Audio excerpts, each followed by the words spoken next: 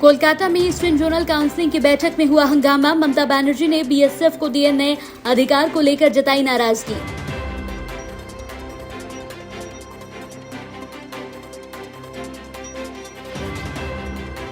बिल्किस बानो मामले में supreme court का बड़ा फैसला। बिल्किस बानो की पुनर्विचार अर्जी की खारिज।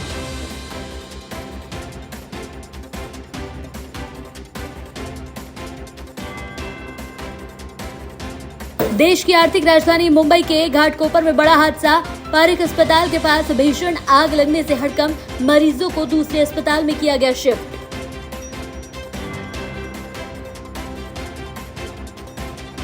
दिल्ली एनसीआर में खतरनाक स्तर पर पहुंचा प्रदूषण स्तर।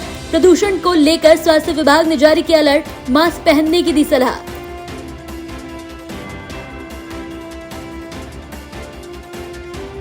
कोलकाता में पश्चिम बंगाल के मुख्यमंत्री ममता बनर्जी और बीएसएफ अधिकारियों के बीच बहस हो गई। मीडिया रिपोर्ट्स के मुताबिक इस दौरान गृह मंत्री अमित शाह भी मौजूद रहे। ये वाकया हावड़ा में ईस्टर्न जोनल काउंसिल की बैठक के दौरान हुआ। ममता बीएसएफ को बॉर्डर के 50 किलोमीटर अंदर तक कार्रवाई के अधिकार देने से नाराज हैं। ममता का कहना है कि इससे आम लोगों को परेशानी हो रही है। केंद्र सरकार ने नए कानून के तहत बीएसएफ को इंटरनेशनल बॉर्डर से 50 किलोमीटर तक के इलाके में कार्रवाई करने का अधिकार दिया है। इसके लिए मजिस्ट्रेट के आदेश या वारंट की जरूरत नहीं होगी। इससे पहले बीएसएफ 15 किलोमीटर अंदर तक की कार्रवाई कर सकते थे।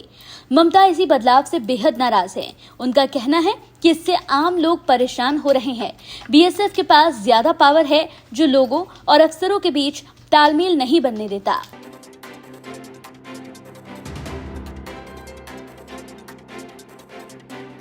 गुजरात दंगों के दौरान गैंगरेप का शिकार हुई बिल्किस बानो को सुप्रीम कोर्ट से बड़ा झटका लगा है। सुप्रीम कोर्ट ने बिल्किस बानो की पुनर्विचार अर्जी खारिज कर दी है। बिल्किस ने सुप्रीम कोर्ट के इस साल 13 मई को दिए गए आदेश पर दोबारा विचार की मांग की थी, जिसमें सुप्रीम कोर्ट ने कहा था कि गैंगरेप के दोषियों की रिहाई के लिए 1992 में बने नियम लागू होंगे।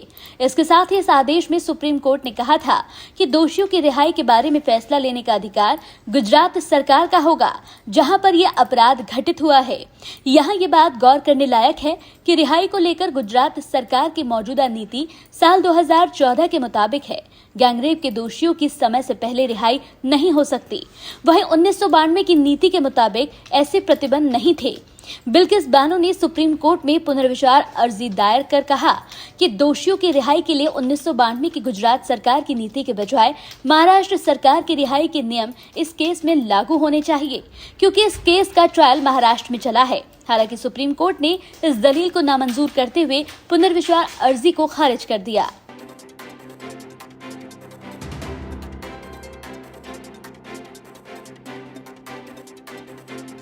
महाराष्ट्र की राजधानी मुंबई के घाटकोपर में पारेख अस्पताल के पास भीषण आग लग गई। ये आग एक बिल्डिंग में लगी है। आग लगने की सूचना तुरंत दमकल विभाग को दी गई।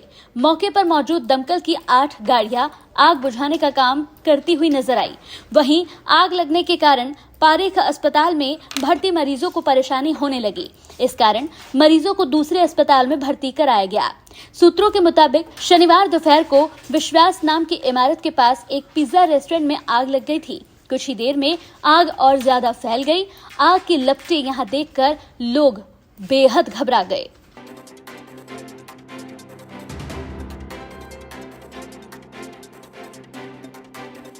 तवांग में भारत और चीनी सेना के बीच हुई झड़प को लेकर अपने बयान पर कांग्रेस नेता राहुल गांधी घिरते हुए नजर आ रहे हैं। बीजेपी नेता गौरव भाटिया ने एक प्रेस कॉन्फ्रेंस कर राहुल गांधी पर निशाना साधते हुए कहा कि एक भारतीय होने के नाते बीजेपी को भारतीय सेना पर गर्व है। जहां एक तरफ भारतीय सेना सीमा पर लगातार चीनी जवानों को जवाब दे रही है, तो वहीं दूसरी ओर भारत के जशन राहुल गांधी हमारी सेना का मनोबल तोड़ने का काम कर रहे हैं। ऐसा लगता है कि राहुल गांधी ने दुश्मन देशों से समझौता किया हुआ है। यही वजह है कि जब जब भारतीय सेना अपना पराक्रम दिखाती है, राहुल गांधी और कांग्रेस पार्टी भारतीय सेना का मनोबल तोड़ने के लिए गलत बयानबाजी करते हैं।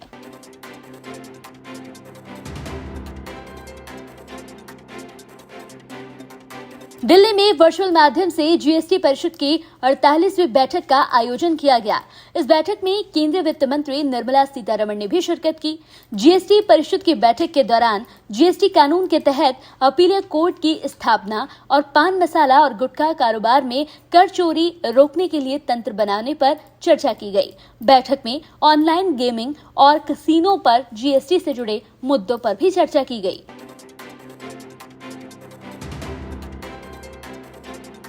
दिल्ली एनसीआर में प्रदूषण स्तर एक बार फिर से बढ़ने लगा है। केंद्रीय प्रदूषण नियंत्रण बोर्ड के अनुसार कम हवा चलने के साथ ही पिछले कुछ दिनों में तापमान में गिरावट की वजह से प्रदूषण का स्तर बढ़ा है। केंद्रीय प्रदूषण नियंत्रण बोर्ड के अनुसार आने वाले दिनों में प्रदूषण का स्तर और ज्यादा बढ़ने की आशंका है, जिसकी वजह से 3 दिनों तक एयर इंडेक्स बेहद खराब श्रेणी में रह सकता है। सीपीसीबी की जारी रिपोर्ट में राजधानी दिल्ली की एयर क्वालिटी इंडेक्स 223 दर्ज किया गया। प्रदूषण के खराब स्तर को दिखाता है। विभाग ने लोगों से, खासकर बुजुर्ग लोगों से अपने स्वास्थ्य को लेकर सतर्क रहने की अपील की है।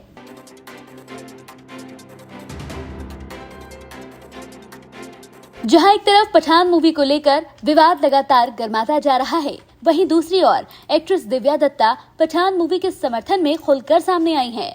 बॉलीवुड स्टार दिव्या दत्ता ने कहा कि हर मूवी को मुद्दा बनाना सही नहीं है।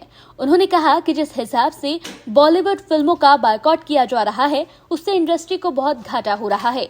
अगर इसी तरह फिल्मों का बॉयकॉट किया जाएगा तो एंटरटेनमेंट इंडस्ट्री को चलाना काफी मुश्किल होगा। एक फिल्म को बनाने के लिए कई महीनों की मेहनत लगती है। मूवी का बॉयकॉट करने वालों को ये समझना चाहिए कि फिल्म की दुनिया अलग होती है। दिव्या दत्ता ने कहा कि मूवी को मुद्दा बनाने की जगह एंजॉय करना ज्यादा बेहतर है। ऑडियंस को अच्छी कहानी और मूवी की परख है, इसलिए मूवी देखनी चाहिए या उसका बॉयकॉट करना चाहिए, ये फैसला लोगों को करना चाहिए।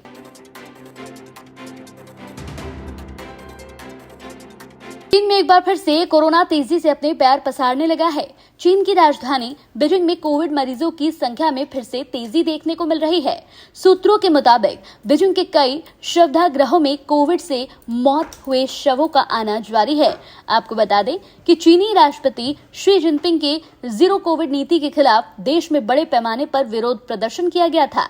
लोगों के विरोध को देखते हुए चीन ने कोविड नियमों को बदल दिया था, लेकिन आम लोगों के एक बार फिर से घर से बाहर निकलने के साथ ही कोरोना के मामलों में लगातार बढ़ोतरी देखने को मिल रही है।